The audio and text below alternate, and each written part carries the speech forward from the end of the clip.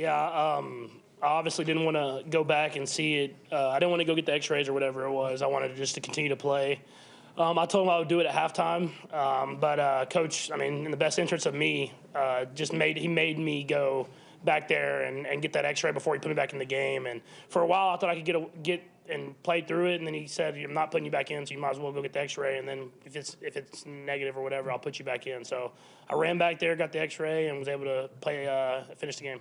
How are you feeling now after the game's over? How's the ankle feeling now? I was just talking to him. It feels better. I mean, it feels better than I thought it was going to be now.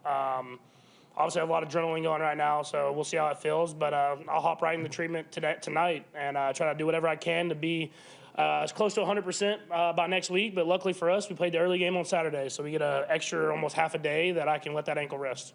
Knowing you didn't want to come out, what did you make of the job Chad did? I mean, it's special, man. He's in the playoffs. He doesn't get any reps during the week. And he prepares himself to be able to go in for stuff like that. And he got a 98-yard drive, backed up, a playoff game against a great opponent, and be able to drive the ball down the field, make some big throws versus some pressure looks. I mean, they brought some heat whenever he came in the game. And he made some big throws and was able to get us into the end zone. And that was a big point in the game because it was able to – that gave me the ability to kind of come back and rest and wait till halftime until we kind of retaped and did everything we could to get me ready to go in the second half. What else was included in everything we could to get you going in terms of treatment? How else did you? No real treatment. You don't have time to get treatment and stuff like that. But, I mean, you just put the spat on, get it tight, try to keep the swelling down, and then go out there and play. And they made me do a couple things in the locker room to show that I could move and protect myself if everything kind of pressure came, or whatever it was. And, I mean, credit to the team. The offensive line did a great job in that second half of protecting me. I got the ball in my hands quickly, and guys made plays. But it's a team sport for a reason, and guys stepped up around me. How do you work with your footwork? Obviously, you had to do some things differently, right? Mm-hmm. How much is that conscious, or it's just you're jumping off the other foot, and all those things? How do you process that?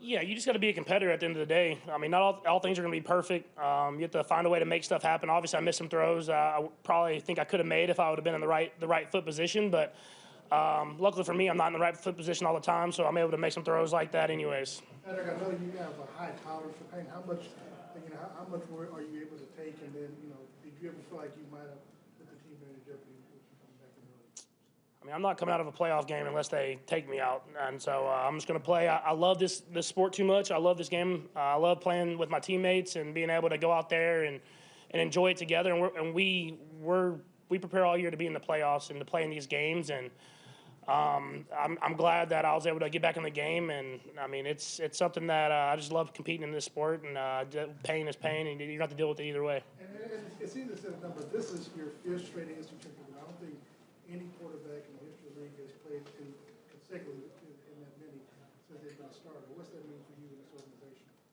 Yeah, I mean, it's a credit to the team I have around me, the coaches I have around me, and the organization in general. I mean, we prepare ourselves every year from training camp in St. Joe's, Missouri to be here, but it takes a day-by-day process, and I think the coaches preach that, the players do that, and the organization around us supports us in that mission. And so we just try to do whatever we can to be in this position to get to this AFC Championship game, and then now we'll find a way to get to the Super Bowl, and that's going to take a great week of preparation and practice. Patrick, you touched on this a minute ago, but how much do you feel like the injury affected you in the second half after you came back? There was a couple throws here and there where I tried to plant off that foot, and it didn't let me kind of plant like I usually do. And so a couple throws I didn't make. I told Coach I want to still throw it downfield, and so we were able to make some throws there after the first few drives, and I think he got a little confidence that I could protect myself.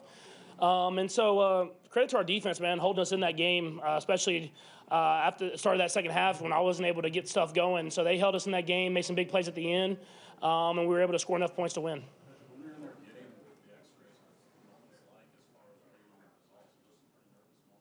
Yeah, pretty nervous moments, man. I mean, I always pray whenever stuff like that comes around, man, and just it's all in God's hands at the end of the day, and I just have to accept whatever it is and turn it into a positive. And so luckily for me, he blessed me to keep me injury-free as far as breaks or anything like that. And so now how can I prepare my body to be ready to go next week? And I'll start that tonight, and that process will be tough, but I'll be ready to go. Is that the game on TV for you? Yeah, well, I'll be watching the game for sure. I mean, playoff football is the best time of the year, man. Just to be able to watch that, and so I'll get the treatment and stuff like that. But the families will have to wait for a while because I'll be getting that stuff done. No, I meant today when you were getting the X-rays. Oh no, they don't ever show the TV, man. I've been back there.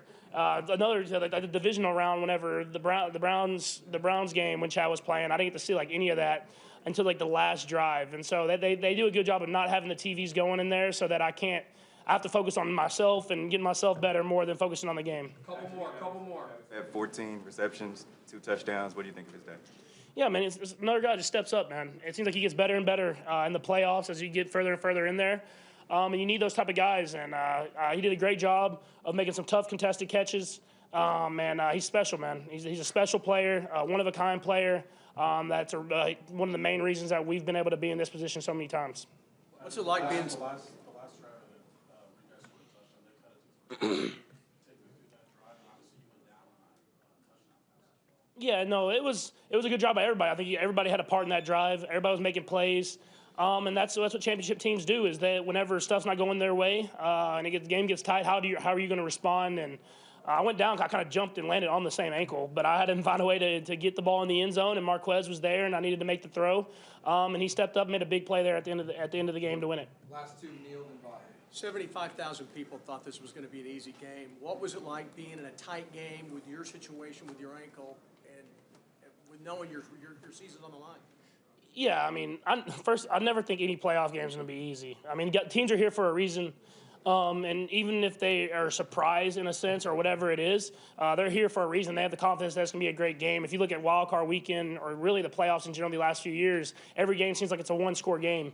And so we came with the mentality that we were going to have to play to the very end. And obviously we had some adversity through there with some injuries and stuff like that. But I was proud of how the guys responded and were able to figure out a way to get the win. Last one.